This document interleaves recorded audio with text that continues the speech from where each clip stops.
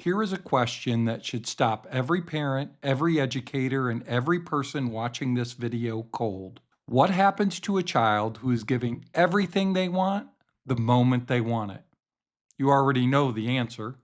You have watched it unfold for generations. The spoiled child doesn't grow, they atrophy. And right now, only a few moments into the future, that experiment will be run on every human being on Earth. It's called artificial intelligence. We have all witnessed what happens when a child is given everything they want, the moment they want it. They certainly don't become more intelligent, they become more fragile. They don't develop better judgment, they develop a lower tolerance for anything that doesn't go their way. The ultimate temper tantrum. They don't grow into extraordinary human beings. They grow into adults who are fundamentally unprepared for a world that doesn't cater to them. We all call it being spoiled. And every civilization that has studied human development, from the ancient Greeks to modern development psychology, has reached the same conclusion. Human struggle, that difficult moment, is the growth. Now, here's the uncomfortable question I want you to sit with today. What if the most powerful technology ever created, artificial intelligence, is doing to the entire human race exactly what an indulgent parent does to their child? What if, in our rush to remove friction, to eliminate struggle, to automate discomfort, we are quietly building the most sophisticated, well equipped, and deeply spoiled generation in human history? Today, I'm going to walk you through 5 specific intelligences, 5 domains of human capacity that are being steadily eroded by the very convenience we celebrate. And I want to be clear before we go further. This is not an argument against AI. AI is extraordinary. It will cure disease. It will solve problems that have plagued humanity for centuries. But so is fire. And fire without respect burns everything down. The question is not whether AI will make certain things easier. The question is, what are we trading away in exchange for this ease? And that's going to take us to our first intelligence impact, intellectual intelligence. I want you to think about it as the child who stopped asking why. Let's start with the most obvious and most dangerous trade. Intellectual intelligence is not simply knowing facts. It's the capacity to acquire and understand knowledge, apply that knowledge to our lives, and then to wrestle with that problem, sit inside that uncertainty, form a hypothesis, test it, fail, and then try again, eventually creating the perfect solution needed for the situation. It is the process through which a mind becomes sharper, more capable, more adaptive, or what I refer to as wisdom. A spoiled child given every answer the moment they ask never develops that process. Ask a child a question today and watch to see what happens. They don't think. They reach for a device, and the device instantly, confidently, eloquently answers it for them. Does that sound familiar to you? I see it every single day. Because this is exactly what we are doing as adults, as professionals, as people who should know better. Someone sends you a difficult email, you paste it into an AI chatbot and ask it to draft your response. A complex decision lands on your desk, you ask AI to analyze it. A creative problem presents itself, you prompt an AI to solve it. Each time you do this, you're not using a tool. You are outsourcing the very struggle that makes you smarter. Think about the last time you stopped using a muscle. You know what happens. It atrophies, it weakens, it shrinks. Your mind is no different. It transitions from a complex network of neural connections to pruning only the base elements needed to pick up your device and hit search. Studies tracking students over the last decade confirm something we have always instinctually understood. The act of struggling with a problem, even unsuccessfully, builds cognitive capacity in ways that simply receiving the answer does not. The confusion is the learning. The discomfort is the curriculum. When AI eliminates the struggle, it doesn't just solve the problem in front of you, it solves you out of the equation entirely. And here's what I want you to notice: the spoiled child doesn't realize they're being spoiled. They believe they're being helped. They believe the removal of the struggle is a gift.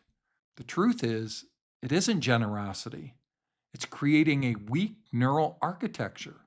The child who never has to think deeply doesn't lose the desire to think. They lose the ability completely, yet slowly and quietly, until the day a problem's arrived that no AI can solve for them. I mean, a real human problem, and they have nothing to offer it. That is simply the first trade: intellectual struggle in exchange for instant answers. And the price is higher than most people are willing to admit. And that takes us to the second intelligence: social intelligence.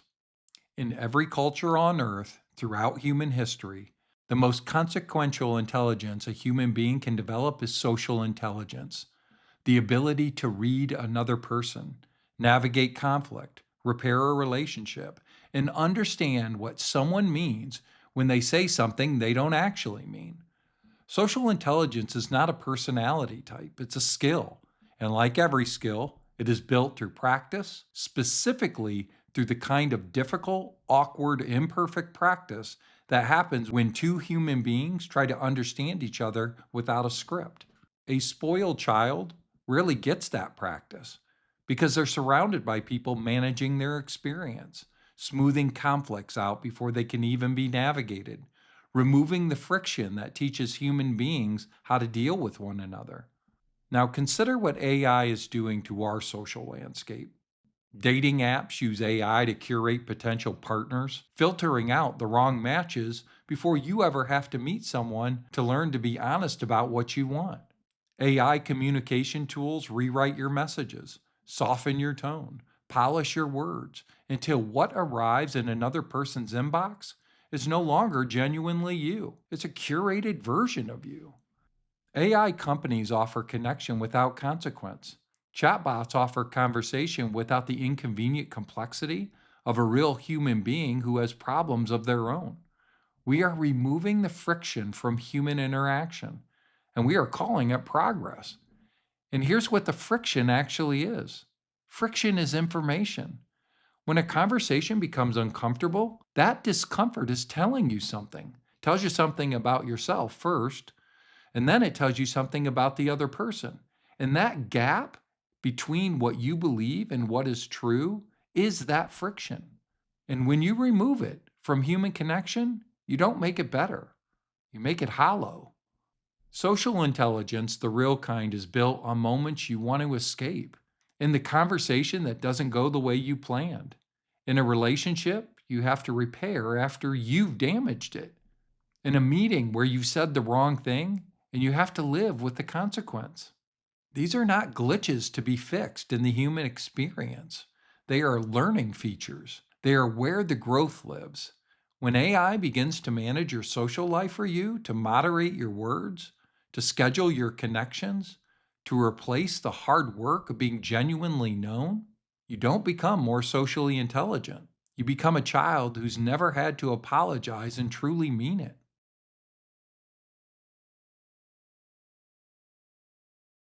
Let me ask you something. When was the last time you said the wrong thing to someone you love, sat with that discomfort, and figured out how to make it right without any help? That moment, that uncomfortable, humbling, deeply human moment, is not a failure of social intelligence. It is your social intelligence being built in real time. The question we have to ask ourselves is whether we're willing to protect those moments or continue to hand them over to an algorithm. Third up on our list is emotional intelligence. I want to tell you about a specific kind of spoiling that's a little bit hard to see. It doesn't look like a child getting every toy they want. It looks like a child who never is allowed to feel sad, bad, or mad and sit with it. Whenever frustration arises, it's removed. Every time sadness surfaces, it is redirected.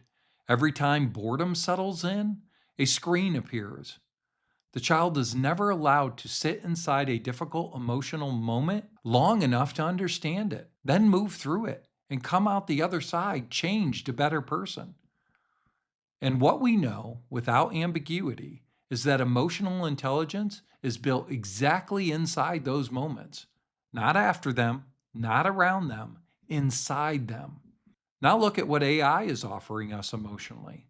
AI companions that never get tired of you, AI therapy tools available at 3 a.m. that never judge, algorithm designed to keep you comfortable, always showing you content that confirms what you already believe and that aligns with your existing worldview, that never challenges the story you tell yourself about who you are. And we call it personalization. I want you to think carefully about what we are personalizing away. Difficult emotions are not problems to be optimized out of your life. They are messages to yourself. I want you to think about this. Grief teaches you what you value. Anger tells you where your boundaries have been crossed. Fear shows you what matters. And boredom, and this one surprises people, boredom is the birthplace of creativity, of reflection, and of the deep questions that human beings only ask when they have nothing else to do. If you're not careful, AI will remove those uncomfortable emotions when it fills every silence, resolves every frustration, and keeps you perpetually entertained. But the one thing it doesn't do, it doesn't keep you emotionally intelligent. It makes you emotionally dependent. And here's the thing about emotional dependence: you don't know you have it until the tool fails, until the real world arrives with all its messiness and asks you to feel something you have forgotten how to hold. The child who's never allowed to cry does not become tougher, they become more brittle. Hey, do me a favor. If what I'm describing today resonates with you, if you feel the pull of this, I want to ask one small thing. Hit that subscribe button, because what we're talking about is not a trend, it's not going away, it's not available in one news cycle. It's a long term shift in what it means to be human. And this channel is committed to taking it seriously. Now let's keep going, because what comes next may be the most important part of the conversation of all. We're going to jump into section 4, ethical intelligence. I think you've seen this one. There's a particular kind of child that emerges from a household where the word no is rarely spoken. The child is not unkind. In fact, they're often charming, talented, and genuinely likable. Little Eddie Haskell for those of you who are a little bit older like me. But they have one profound deficit. They have never been forced to choose between what they want and what is right. Because in their world, those two things have always been the same. Ethical intelligence, the capacity to make the right decision when the wrong decision is easier, faster, or more profitable, is built only in the moments when the two diverge. Now consider how AI is reshaping this domain. AI writing tools allow students to submit work they didn't produce. AI financial systems executes trades faster than any human conscious could intervene. AI recommendation systems promote content that is engaging over content that is true. Procurement tools source the cheapest labor without flagging whether the labor is being exploited. These are not hypothetical futures, they are present realities. In each case, the ethical question, should we do this, is being quietly swallowed by the operational question, can we do this? And here's what I need you to understand. Ethical intelligence is not a set of rules you memorize. It is a capacity you develop through the repeated experience of choosing under pressure between what is convenient and what is right. When a student uses AI to write their essay, they don't just simply skip the assignment. They skip the cognitive workout of forming their own argument, defending it, and standing behind it. They skip that moment, small, uncomfortable, informative, of deciding whether the shortcut is worth it. These moments, repeatedly over years, are how a conscience is built. A civilization in which every ethical friction has been automated away does not become more moral. It becomes more careless, not with intention, but with a quiet, compound carelessness of a generation that never had to choose. A child who is never told no does not become bad. The sad part is they become indifferent to that distinction. A conscious is not downloaded, it is earned. I want you to sit with that for a moment because the danger here is not that AI will become unethical. The danger is that we will. And that takes us to number 5, physical intelligence. The child who never had to go outside. I want to close this section with the intelligence that's most underestimated and, quite honestly, most endangered. Physical intelligence is not athleticism. It is not a fitness hobby. Physical intelligence is the body's capacity to navigate the physical world, to endure physical hardships, to recover from that physical difficulty, and to push through that fatigue, to exist in a body that is genuinely capable. For most of human history, this intelligence wasn't optional, it was survival. And what happens when humans stop moving, stop lifting, stop walking, stop challenging their bodies? The data on it is not encouraging, I can tell you that. Chronic illness, cognitive decline, emotional instability. Physical capability and mental well being are not separate systems, they exist within the same system. Now, look at what AI powered convenience is delivering to your doorstep. Food arrives within a matter of minutes. Navigation tells you exactly where you walk so you never experience the disorientation of being lost. Robotic systems clean your floors. Remote work eliminates the commute. AI fitness tools give you the minimum effective dose so you never have to do more than the absolute necessary. Each of these individually is a reasonable convenience. However, together, in mass, they are building a life in which the body is never asked to do anything difficult. And a body that's never asked to do anything does not stay ready for difficult circumstances. It adapts downward. It becomes exactly as capable as it needs to be for a life in its current living. This isn't some metaphor, this is biology. A spoiled child who never went outside, who never climbed a tree, fell off a bike, or got lost in the woods and had to find their way back, doesn't just lack fitness. They lack the relationship with their own body, with discomfort, with the profound confidence that comes with having survived something hard. And that confidence we develop when we do work out, that quiet, unshakable knowledge that you can endure, that's not built in the gym. It is built on the accumulation of hard things you choose to do anyway. The reality is, AI will continue to remove physical friction from your life. And every time it does, you will thank it.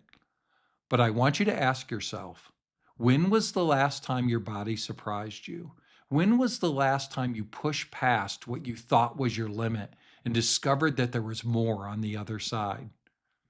That moment, that discovery, that is physical intelligence. So let me bring this all together as we stand on a crossroads. Across 5 domains of human intelligence, intellectual, social, emotional, ethical, and physical, AI is offering us a deal.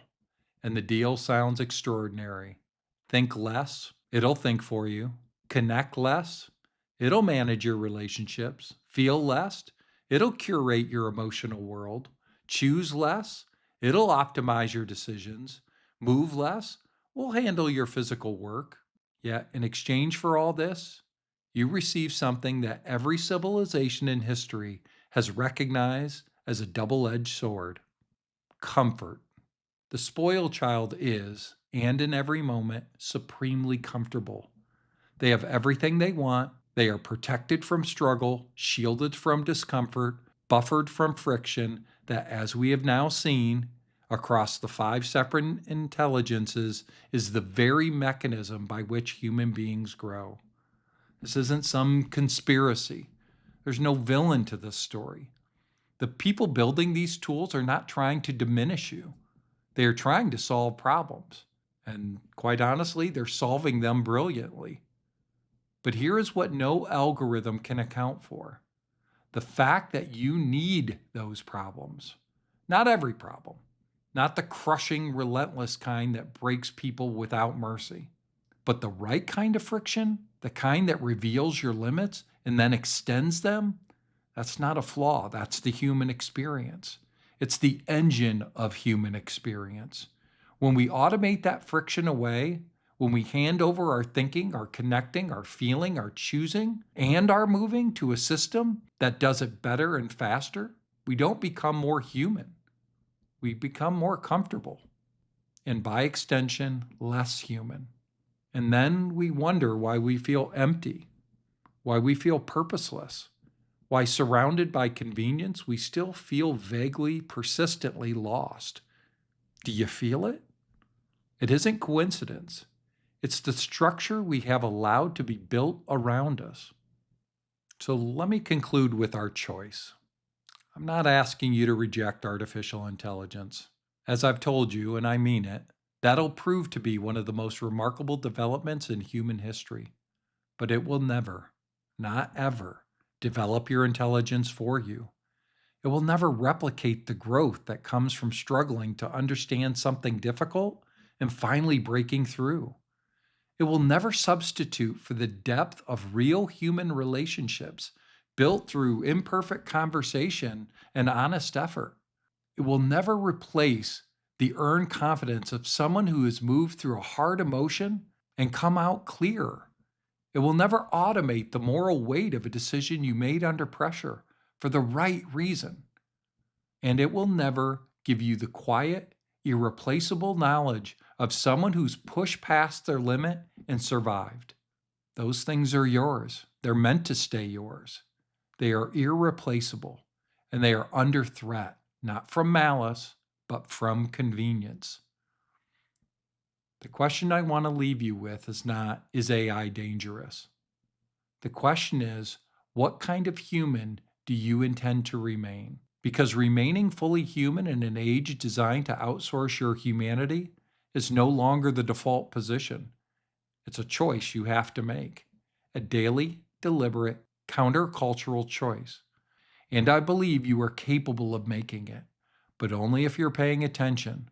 So you have to pay attention to the details. I'm Dr. Strecker, author of Emergence. Stay strong.